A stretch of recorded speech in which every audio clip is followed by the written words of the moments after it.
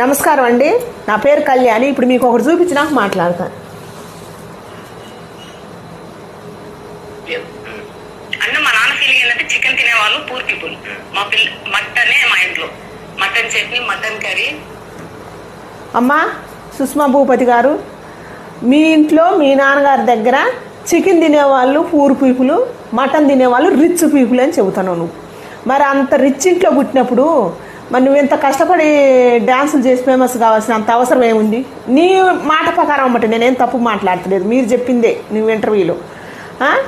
నువ్వేం చెప్పి నువ్వు మళ్ళీ తర్వాతకి మాకు ఒకప్పుడు శివ తినటానికి స్టోర్ బియ్యం కూడా లేవు తెలుసా, నా బాబును స్కూల్కి పంపిస్తే చినిగిపోయిన బట్టలతో పంపించిన అంత స్థితిలో ఉన్నాం మేమని నువ్వు చెప్పిన మాటే.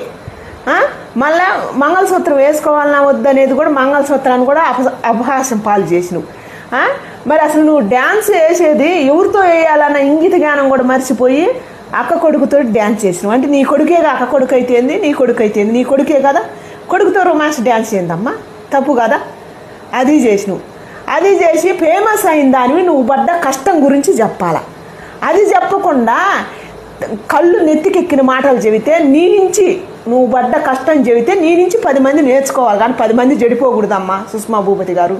దయచేసి ఇట్టాటి మాటలు ఏమన్నా ఉంటే నువ్వు మార్చుకోవాలని నేను కోరుకుంటున్నా.